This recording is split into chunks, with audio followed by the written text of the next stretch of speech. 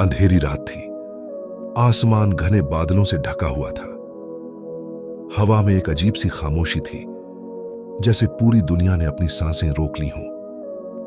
एक गरीब औरत, ज़ैनब, एक टूटी फूटी झोपड़ी में अकेली रहती थी।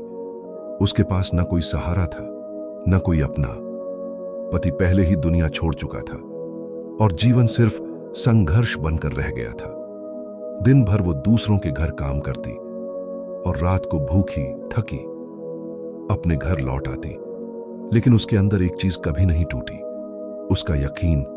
हर रात वो हाथ उठाकर कहती, या अल्लाह, मैं गरीब जरूर हूं, लेकिन तुझसे उम्मीद अमीरों से भी ज्यादा रखती हूं। उसी गांव के बाहर एक पुराना कुआं था। लोग उससे डरते थे क्योंकि वहां अजीब आवाजें आती थीं और कहा जाता था कि वहां जिन्न रहते हैं। भूख और मजबूरी ने एक दिन ज़ैनब को उसी कुएं तक पहुंचा दिया। वो कांपते हाथों से पानी लेने गई, तभी कुएं से आवाज आई, कौन है? ज़ैनब डर गई, लेकिन फिर भी बोली, मैं ज़ैनब हूं, पानी लेने आई हूं। अचानक कुएं में हल्की रोशनी हुई और एक जिन्न प्रकट हुआ, लेकिन वह डरावना नहीं था। उसकी आंखों में अजीब सी शांति थी। उसने पूछा, तुम्हें डर नहीं लगता? ज़ैनब ने धीरे से कहा, डर लगता है, लेकिन भूख उससे बड़ी है। यह जवाब सुनकर जिन्न कुछ पल के लिए चुप हो गया। फिर उसने ज़ैनब को खाना दिया और पहली बार उसकी जिंदगी में चमत्कार हुआ। लेकिन गांव वालों ने यह सब देख लिया और अफवाह फैल गई। ज़ैनब जादू करती है, उसके पास जिन्न है। धीरे धीरे लोग उससे डरने लगे और शक गहरा होता गया। जिन्न ने उसे चेतावनी दी, अब रोज यहां मत आना, लोग तुम्हें देख रहे हैं। लेकिन अब बहुत देर हो चुकी थी। एक दिन भीड़ उसके घर पहुंच गई, उसे घेर लिया गया। यह जादूगरनी है, यह जिन्न से बात करती है। ज़ैनब रोती रही, लेकिन कोई नहीं सुना।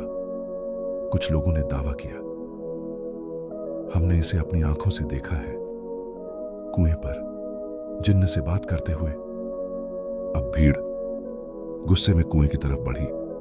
वहां वही जिन्न प्रकट हुआ। हवा बदल गई और डर फैल गया। लेकिन ज़ैनब भी पीछे पीछे आ गई। उसने लोगों को रोकने की कोशिश की, लेकिन किसी ने नहीं सुना। जिन्न ने गुस्से में कहा, इंसान हमेशा लालच में अंधे हो जाते हैं। लेकिन ज़ैनब ने पुकारा, रुको, इन्हें माफ कर दो।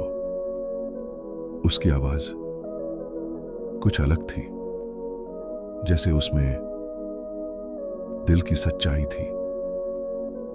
धीरे धीरे लोगों का गुस्सा शर्म में बदल गया।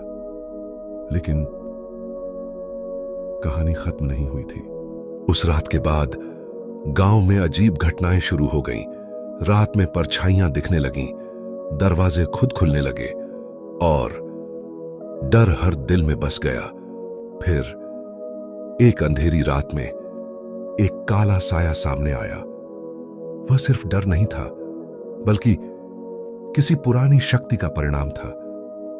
उसने भारी आवाज में कहा, संतुलन टूट चुका है, इंसान और जिन्न के बीच का रिश्ता खत्म हो चुका है और ज़ैनब उस टूटे संतुलन का केंद्र है। जिन्न आगे आया और बोला, मैं एक नेक जिन्न हूं, मैं इसे परख रहा था, लेकिन अब कुछ और जाग चुका है। अचानक काले साए ने हमला किया।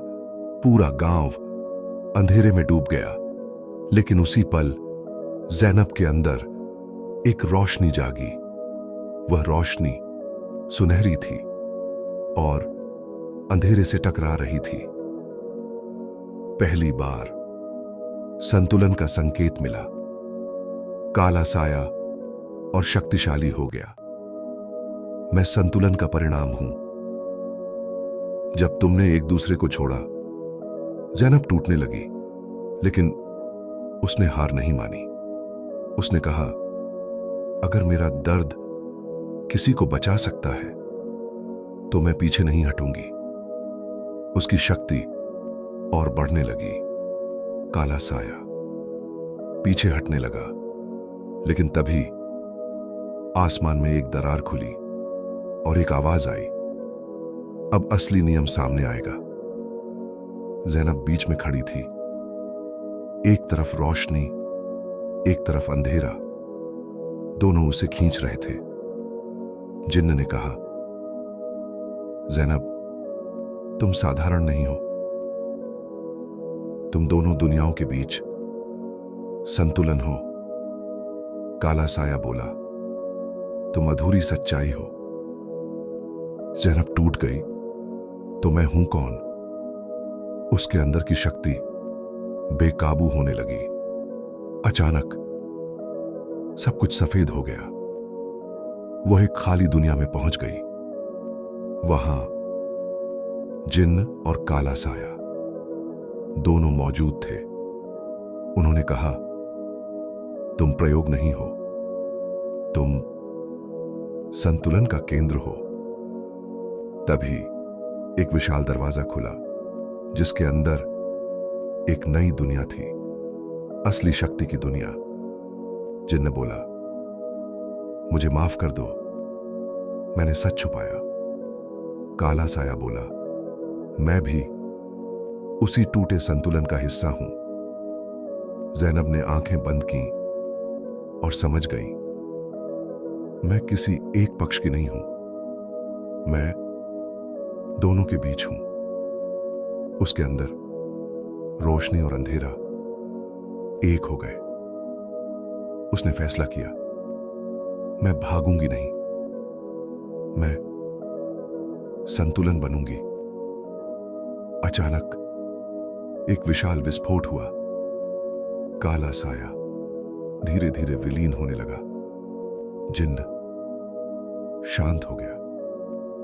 दरवाजा बंद होने लगा। सब कुछ शांत हो गया। अब ज़ैनब अकेली नहीं थी। वह खुद संतुलन बन चुकी थी।